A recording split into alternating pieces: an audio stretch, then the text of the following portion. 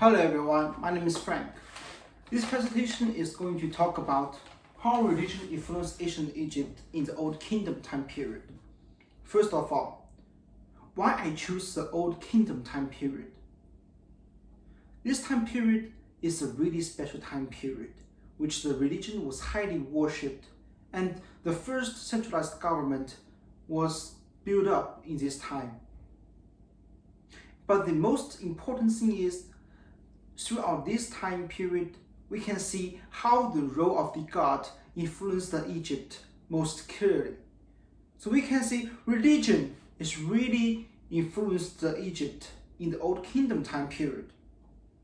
And then I'm going to introduce the influence to the Egypt into three different aspects, which were royal power, economic, and architectures and art. First of all, how the religion influenced royal power. In Old Kingdom time period, the kings believe they are the son of the god.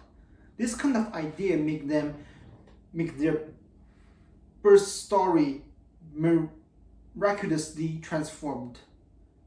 Those stories are mostly about a female human or a queen married to a god. And this god is really the most powerful god in the Egypt myth, the sun god Ra. So they are the son of the god. This kind of story confirmed the peculiarity of the king's identity. They are different from the others. This kind of identity, special identity, can not only see in the stories, but also in their name. One of the most famous pharaoh, Khufu, his name means the god Khnum protect him. So this name makes him special, and to show the people how the strong connection between the king and the god. The king asks for the god to protect him. This kind of strong connection is not only you can see when they are alive, even when they died, they still want to enhance this kind of idea. In a tomb, I will show the picture later, that shows a king embraced to a goddess. So this kind of painting is just going to show the people that the king has a really close relationship to the god. And by the way, the king at that time was given more privileges in the religion science. In the ancient Egypt people's mind, the king is the owner of all resources in Egypt. And really strange that people have no doubt with this idea, because they think that the king is a protector of them, to protect them from the natural disasters and the invaders.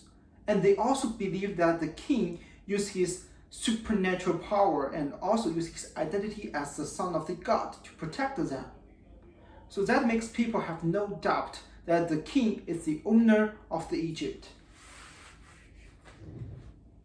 This kind of idea have some advantage and disadvantages. It can help the king to have a centralized government really quick, but it is also really vulnerable, because it is easy to lose credibility when the king did something that doesn't fit the public's images of him. So the government will be collapsed really quick. So this is how the religion influenced the royal power. It enhances the power, but also makes the power so weak. This is the picture that in the tomb shows the king embraced to a goddess. Second, how the religion influenced the economy. It's really hard to find the direct clues to show that the religion really influenced the economy, but we can still see this in the detail. First of all, under the strong influence of the economy, there will be a large scale of the religious building need to build up. It needs more labor, more material, more people, and more money. So this kind of is going to spread up the economic growth in the Egypt. They need more exotic trade with the other countries. They need to produce more things in the local place. So this is kind of stimulus to the economy. And the second thing is, during the strong influence of the religion, a new kind of economy was built up, the temple economy. The temple economy is not really an economy in the Old Kingdom time period, but it was developed in the New Kingdom period. This is another story. But based on the religious belief, it's actually, the temple economy is actually served for the god, for the son of the god, which is the king and the royal family. Simply put, the purpose of the temple economy is going to sell an expensive ticket to the normal people and give the promise to them that when they died, they can go with the pharaoh, with the king, to the afterlife. So this is a kind of economy to use the religious to gain the resources, luxury things, money to the royal family and the king. This is also the reason that why the Old Kingdom collapsed in the later few decades. Part 3 is going to talk about how the religion influenced architectures and arts.